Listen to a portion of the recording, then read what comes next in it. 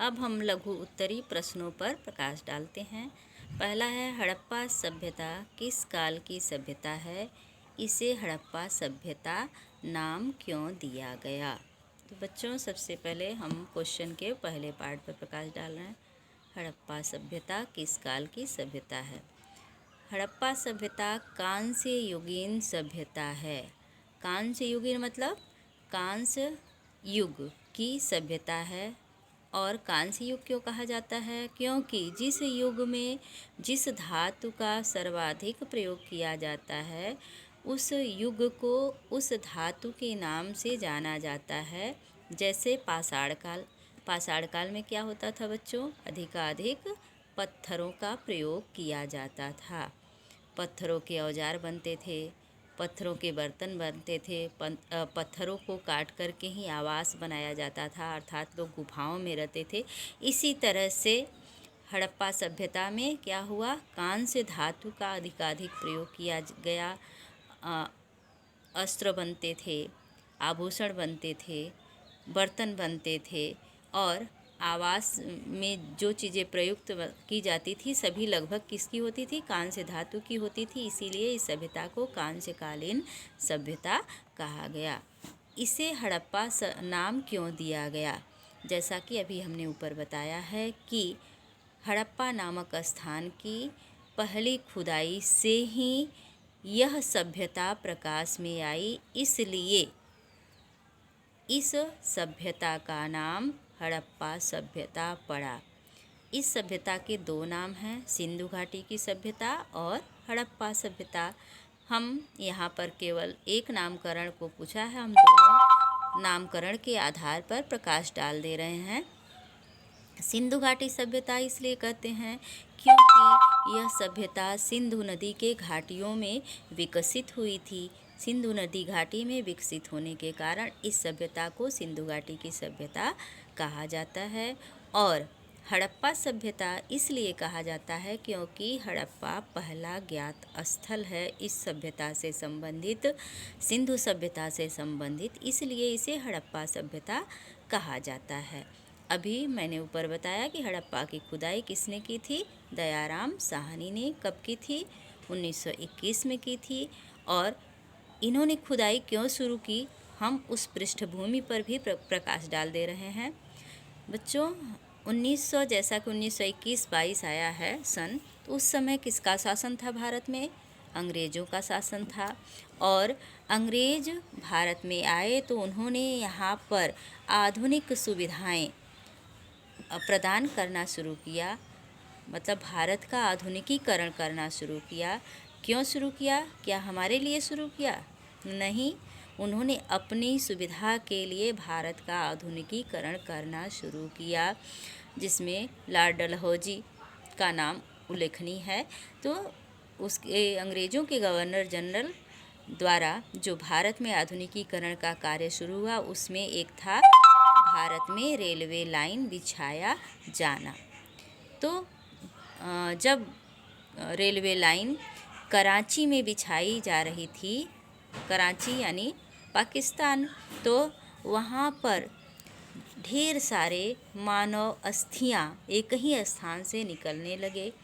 उस समय मनुष्य जो था वह अंधविश्वासी हुआ करता था, ज़्यादातर लोग अंधविश्वासी थे। तो मज़दूर जो थे हड्डियों को देख कर के घबरा गए और वहाँ से भागे, भूत भूत कहते हुए इस तरह से भागे। अंग्रेज़ों को जब पता चला तो एक पुरातत्व विभाग की स्थापना की गई और उसका अध्यक्ष बना जॉन मार्शल। और जॉन मार्शल की अध्यक्षता में ही और पुरातत्व विभाग की स्थापना का श्रेय जाता है कनिंघम को, और कनिंघम को ही पुरातत्व विभाग का जनक कहा जाता है। तो मार्शल उसका पुरातत्व विभाग का अध्यक्ष था। तो उसकी अध्यक्षता में ही दयाराम साहनी ने हड़प्पा नामक स्थान की 1921 में खुदाई की, जिससे खुदाई करने के बाद पूरा का पूरा शहर प्रकाश में आया। और तब 1924 ईस्वी में हड़प्पा की खुदाई के पश्चात मोहनजोदड़ो की खुदाई हुई। इसके पश्चात 1922 में मोहनजोदड़ो, तो 1924 ईस्वी में सर जॉन मार्शल ने दुनिया के समक्ष यह प्रस्तुत किया कि भारत की सबसे प्राचीन सभ्यता हड़प्पा सभ्यता है, अर्थात पहला ज्ञात स्थल होने के कारण इस सभ्यता को हड़प्पा सभ्यता के नाम से भी जाना जाता है। इसके पश्चात बच्चों बहुत सारे स्थान से इस सभ्यता के अवशेष मिले, लेकिन जितने स्थान मिले हैं उतने स्थान पर अगर इस सभ्यता का नामकरण कर दिया जाए तो अध्ययन करने में बहुत कठिनाई आएगी। इसीलिए पहले ज्ञात स्थल के नाम पर ही इस सभ्यता का नाम हड़प्पा सभ्यता पड़ा। फिर दूसरा क्वेश्चन है, मोहनजोदड़ो की दुर्ग स्थापत्य कला का वर्णन कीजिए। तो सबसे पहले हम मोहनजोदड़ो के अर्थ पर प्रकाश डाल दे रहे हैं। मोहनजोदड़ो मुई द जोदड़ो का अर्थ होता है मुर्दों का टीला, मतलब कि यहाँ से हड्डियों का विशाल खंडहर जैसे प्राप्त हुआ था और इसीलिए इसका नाम पड़ा मोहनजोदड़ो। अब आगे क्या है, दुर्ग स्थापत्य कला का वर्णन। तो दुर्ग का प्रयोग संभवतः, दुर्ग मतलब होता है किला, दुर्ग का प्रयोग संभवतः विशिष्ट सार्वजनिक प्रयोजनों के लिए किया जाता था। दुर्ग के अंतर्गत जो भवन आते थे उसमें खास तौर से माल गोदाम जैसे आलू मिल आपने सुना होगा, देखा होगा, जिनके जो बाज़ार में रहते हैं आसपास आलू मिल होगा तो उन्होंने देखा होगा। तो उसको माल गोदाम को अन्नागार कहते हैं। इसमें अधिक समय तक अन्न को सुरक्षित रखने के लिए रखा जाता है, इसे शीतगृह भी कहते हैं। तो माल गोदाम, अन्नागार एवं स्नानागार भी सम्मिलित था।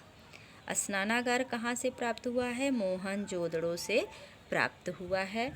और स्नानागार आंगन में बना एक आयताकार जलाशय था जो चारों ओर से एक गलियारे से घिरा हुआ था। जलाशय तक जाने के लिए उत्तर और दक्षिण दिशा में दोनों तरफ इधर और इधर क्या थी, सीढ़ियाँ लगी हुई थी। और स्नानागार में ईंटों को जमा करके, मतलब स्नानागार जो था वो चारों तरफ क्या था, मिट्टी नहीं थी बल्कि क्या हुआ था, ईंटों को जमा करके तथा उनके ऊपर जिप्सम एक धातु का नाम है, जिप्सम के गारे के प्रयोग से लेप किया गया था। प्रेजेंट टाइम में किसका गारा बनाया जाता है, बालू, सीमेंट, सुर्खी बोलते हैं, जो गिट्टी ये सब मिला करके गारा बनाया जाता है। उस समय जिप्सम नामक धातु का गारा यानी जुड़ाई के लिए, ईंटों की जुड़ाई के लिए जिप्सम धातु का प्रयोग किया गया था। और पुरातत्वविदों के अनुसार स्नानागार का प्रयोग अनुष्ठानिक स्नान के लिए किया जाता था। इस प्रकार हम देखते हैं कि मोहनजोदड़ो की दुर्ग स्थापत्य कला अत्यंत उच्च कोटि की थी। तीसरा क्वेश्चन है बच्चों, हड़प्पा सभ्यता की जल निकासी व्यवस्था पर प्रकाश डालिए। जल निकासी यानी जल को बाहर निकालने की जो व्यवस्था थी। तो हड़प्पा सभ्यता की नगर योजना पर जब हम प्रकाश डालेंगे तभी जल निकासी व्यवस्था अच्छी तरह से आप समझ पाएंगे। तो हड़प्पा क्या था, हड़प्पा एक सुनियोजित नगर था, यानी कि योजना के अनुसार बसाया गया नगर था। हड़प्पा में लंबी चौड़ी सड़कें होती थी जो एक दूसरे को समकोण पर काटती थी, ऐसे समकोण पर, और सड़क के दोनों तरफ जो होते थे ऐसे मकान बने होते थे, यानी आवासीय भवन होते थे। और आजकल भी यही व्यवस्था है। चौराहा जिसे बोलते हैं, आपने चौराहा देखा होगा, चौराहे के दोनों तरफ क्या होता है कि आवासीय भवन बने होते हैं, लोग निवास करते हैं, लोगों का निवास स्थान रहता है। उसी तरह से उस समय भी सड़कों के किनारे नगर योजना के अनुसार बसाए गए थे। और घरों में जल निकासी की उत्तम व्यवस्था की गई थी। सभी घरों में जल की व्यवस्था होती थी। घर के आंगन में एक कुआं होता था, उसी से घर में जल का प्रबंध होता था। और जब घर की साफ़ सफाई होती थी, घर का गंदा पानी जो होता था उसको निकालने के लिए, आजकल भी जैसे हम लोग बाथरूम में प्रयोग करते हैं जल, तो उसको निकालने के लिए नालियाँ बनाई जाती हैं। ठीक उसी प्रकार से उस समय भी नालियाँ बनाई जाती थी। उस समय सीमेंट का प्रयोग नहीं होता था, सीमेंट की जानकारी नहीं थी, पक्की ईंटों का प्रयोग होता था और जिप्सम का प्रयोग किया जाता था। तो नालियाँ बनाई जाती थी और घर का गंदा पानी निकलने के लिए जो नाली बनाई जाती थी उसको सड़क की मुख्य नाली में जोड़ दिया जाता था। आजकल आपने शहर में देखा होगा कि सड़क के किनारे मोटे बड़े बड़े चौड़े चौड़े क्या होते हैं, नाले बनाए जाते हैं और गलियों से होते हुए पतले नाले आकर के उसमें गिरते हैं। यानी कि घरों का गंदा पानी कहाँ आकर के गिरता है, सड़क के किनारे बने हुए लंबे चौड़े नाले में गिरा दिया जाता है। यह आधुनिक काल में भी यही व्यवस्था चल रही है। यह व्यवस्था हड़प्पा सभ्यता में जल निकासी की प्रमुख व्यवस्था थी कि घरों का गंदा पानी सड़क के मेन नाले में जोड़ दिया जाता था। लोगों के घरों की नालियाँ, इस प्रकार से जल बाहर, जो गंदा जल होता था बाहर निकल जाता था, शहर के बाहर निकल जाता था। अगला क्वेश्चन है, हड़प्पा सभ्यता की धार्मिक स्थिति पर प्रकाश डालिए। धार्मिक स्थिति, हड़प्पा के लोग प्रकृति पूजक थे। उस समय इतना वैज्ञानिक विकास नहीं हुआ था। व्यक्ति प्रकृति पर निर्भर था, प्रकृति से डरता था। आजकल भी वैज्ञानिक विकास होने के बावजूद भी हम लोग प्रकृति पूजक हैं, प्रकृति की पूजा करते हैं, लेकिन अंधविश्वास थोड़ा कम हुआ है। उस समय क्या था, व्यक्ति अंधविश्वासी था और पूरी तरह से प्रकृति पर डिपेंड था, इसलिए प्रकृति की उन शक्तियों से डरता था और जिनसे कि उन्हें फ़ायदा मिलता था, और उनके प्रकोप से डरता था, इसलिए उनकी आराधना करता था। जैसे जल देवता, पवन देवता, अग्नि देवता, वायु देवता आदि। तो आजकल भी हम लोग इन देवताओं की पूजा करते हैं। तो हड़प्पा सभ्यता में क्या थे लोग, प्रकृति पूजक थे। और इसके अलावा मातृदेवी उनकी प्रमुख देवी थी और पशुपति शिव उनके प्रमुख देवता थे। मातृदेवी पहले स्थान पर पूजी जाती थी। मातृदेवी शक्ति के रूप में पूजी जाती थी क्योंकि यह प्रजनन का आधार माँ होती है, जनसंख्या बढ़ाने का आधार माँ होती है, तो इसलिए वंश परंपरा को बढ़ाने का आधार माँ होती है। उस समय हड़प्पा सभ्यता में मातृसत्तात्मक परिवार हुआ करता था, तो इसलिए प्रमुख देवी के रूप में मातृदेवी की उपासना की जाती थी। इसके पश्चात पशुपति शिव की, आजकल के शिव जी की नहीं बल्कि पशुपति शिव की, क्योंकि अर्थव्यवस्था में पशुओं का प्रमुख स्थान होता था, इसलिए शिव जी की पूजा पशुपति शिव के रूप में की जाती थी।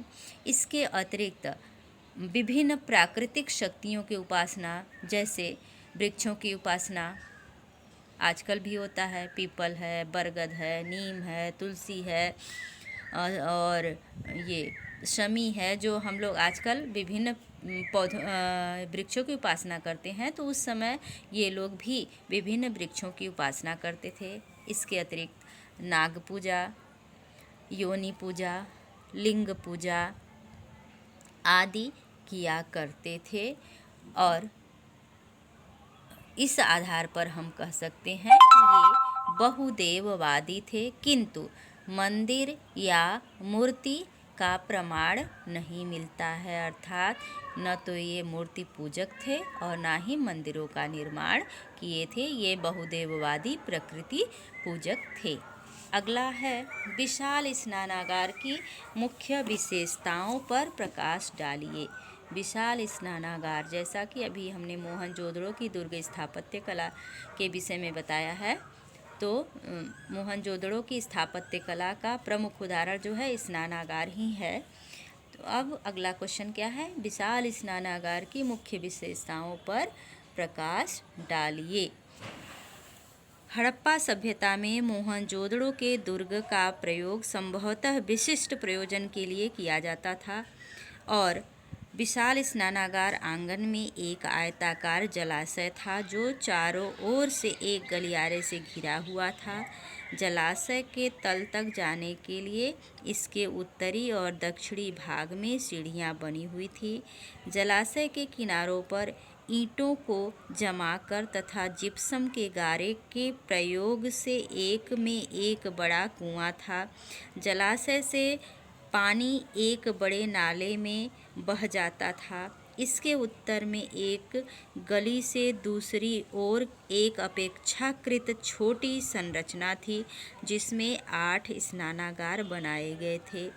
एक गलियारे के दोनों ओर 4-4 स्नानागार बने थे। प्रत्येक स्नानागार से नालियाँ गलियारों के साथ साथ बने एक नाले में जाकर मिलती थी। इस संरचना का अनोखापन तथा दुर्ग क्षेत्र में कई विशिष्ट संरचनाओं के साथ इनके मिलने से इस बात का संकेत मिलता है कि इसका प्रयोग किसी विशेष प्रकार के आनुष्ठानिक स्थान के लिए किया जाता था। साथ ही इस स्नानागार की एक विशेषता और है कि यहाँ गर्म जल करने के लिए हम्माम बना हुआ था। अगली विशेषता है कि इसकी तलहटी में, स्नानागार की तलहटी में जिप्सम नामक धातु का प्रयोग किया गया था। तो बच्चों, अब आपको समझ में आ गया होगा कि विशाल स्नानागार जो थी जो मोहनजोदड़ो से प्राप्त हुआ था वह हड़प्पा सभ्यता के स्थापत्य कला का मुख्य उदाहरण है। इसी स्थापत्य कला के आधार पर मोहनजोदड़ो के हड़प्पा के निवासियों को इंजीनियर भी कहा जाता है। केवल स्नानागार ही नहीं, यहाँ पर बहुत सारे ऐसे भवन मिले हुए हैं।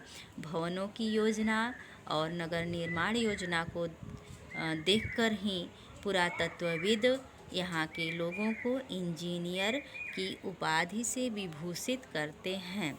अगला क्वेश्चन है बच्चों, हड़प्पा सभ्यता के सामाजिक जीवन पर प्रकाश डालिए। हड़प्पा सभ्यता के सामाजिक जीवन पर प्रकाश डालिए। तो हड़प्पा सभ्यता का समाज जो था वह वर्ग विभेद पर आधारित था। वर्ग विभेद का मतलब होता है कि किसी उद्देश्य को लेकर के जब एक विशाल समूह बनता है, समुदाय बनता है, तो उसे वर्ग कहा जाता है। जैसे कि छात्र वर्ग, छात्रा वर्ग, जैसे प्रधान वर्ग, मंत्री वर्ग, नेता वर्ग, सेना वर्ग, ये सब क्या है, समूह है, एक ग्रुप है। मतलब एक कार्य जिसका क्या होता है, सबका उद्देश्य एक होता है, कार्य एक होता है, तो उसे क्या कहते हैं, ग्रुप कहते हैं। जैसे लुहार, सुनार, बढ़ई, ब्राह्मण, छत्री, ये सब क्या है, ग्रुप है, एक जाति है, एक ग्रुप है, एक ही समूह के लोग हैं। तो इसी तरह से क्या था, वहाँ जाति व्यवस्था नहीं थी। जैसे ब्राह्मण, छत्री सब तो क्या है, जातियाँ हैं, इनमें एक उद्देश्य नहीं पाया जाता है। जैसे जिनमें एक उद्देश्य होता है, जैसे अभी मैंने बताया है कि छात्र वर्ग, छात्रा वर्ग, इसमें क्या है, सबका उद्देश्य क्या है, पठन पाठन करना। तो ऐसे ही हड़प्पा समाज जो था वर्ग विभेद पर आधारित था।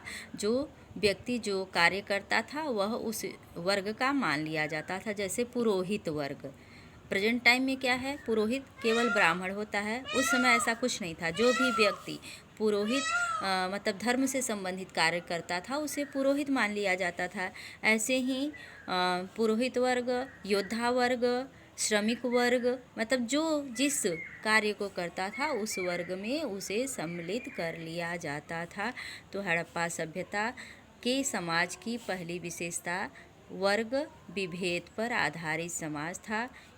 अब हम अगले वीडियो में हड़प्पा सभ्यता के समाज के अन्य विशेषताओं पर प्रकाश डालते हुए आगे के क्वेश्चनों के आंसर समझाएंगे।